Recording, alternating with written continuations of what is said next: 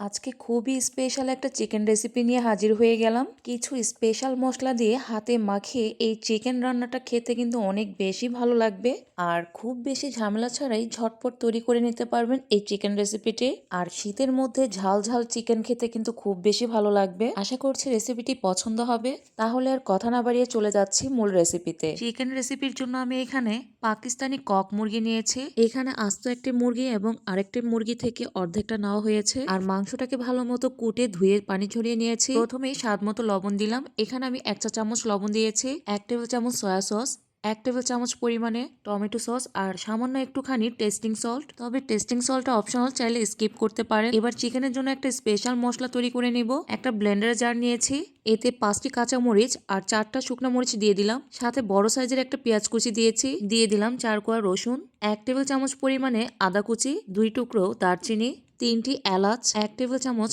আস্ত কাঁচা জিরা, এখানে কিন্তু ভাজা জিরাটা ব্যবহার করা যাবে না। দিয়ে দিলাম 1 চা চামচ ধনিয়ার গুঁড়া, 1/2 চা চামচ কালো গোলমরিচের গুঁড়া। এবার সবগুলো উপকরণ ভালো মতো ব্লেন্ড করে নিব। চাইলে আপনারা শিলপাটাতেও বেটে নিতে পারেন। মশলাটা ব্লেন্ড করা হয়ে গেছে।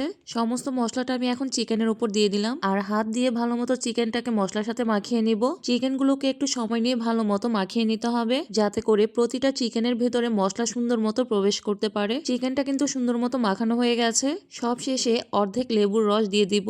এই চিকেন রেসিপিতে অবশ্যই লেবুর রসটা ব্যবহার করতে হবে, এতে করে চিকেনের মধ্যে খুব সুন্দর একটা ফ্লেভার আসবে, আর চিকেনটাও খুব সুন্দর মতো সফট হয়ে যাবে। লেবুর রস দিয়ে আবারও ভালো মতো মাখিয়ে নিচ্ছি। এরপর ঢাকনা দিয়ে ঢেকে 3 ঘন্টার জন্য চিকেনটা মেরিনেট করে রেখে দিব। 3 ঘন্টার পর আমি এখানে 3 টেবিল চামচ কর্নফ্লাওয়ার দিয়ে দিচ্ছি, আর সাথে আরো দিব 2 টেবিল চামচ ময়দা। ময়দার থেকে কর্নফ্লাওয়ারের পরিমাণটা একটু বেশি দিতে হবে।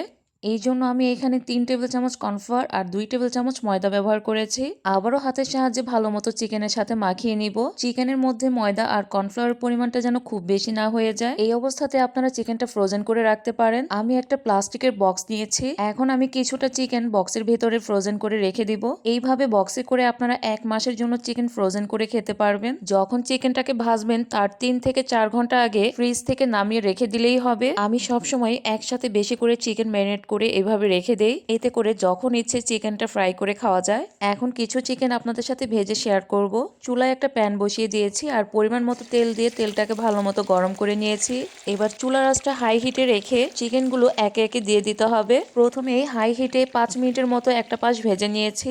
এরপর চিকেনটা উল্টিয়ে অপর পাশটাও আরো 5 মিনিটের মতো হাই হিটে ভেজে নিতে হবে। চিকেনগুলো 10 মিনিট ভাজার পর চুলার আঁচটা লো টু মিডিয়াম করে আরো 6 থেকে 8 মিনিটের মতো ভেজে নিতে হবে। এইভাবে চিকেনগুলো ভেজে নিলে উপর থেকে খুবই ক্রিস্পি হয়। চিকেনগুলো সুন্দর মতো ভাজা হয়ে গেছে, এখন তেল ঝরিয়ে তুলে নিলাম। আর চিকেনগুলো উপর থেকে কতটা ক্রিস্পি হয়েছে নিশ্চয়ই সাউন্ড শুনেই বুঝতে পারছেন। গরম গরম এই চিকেন ফ্রাইটা খেতে কিন্তু অনেক বেশি মজার। আশা করছি আজকের রেসিপিটি ভালো লেগেছে, আর ভালো লাগলে অবশ্যই লাইক কমেন্ট শেয়ার করে দিবেন।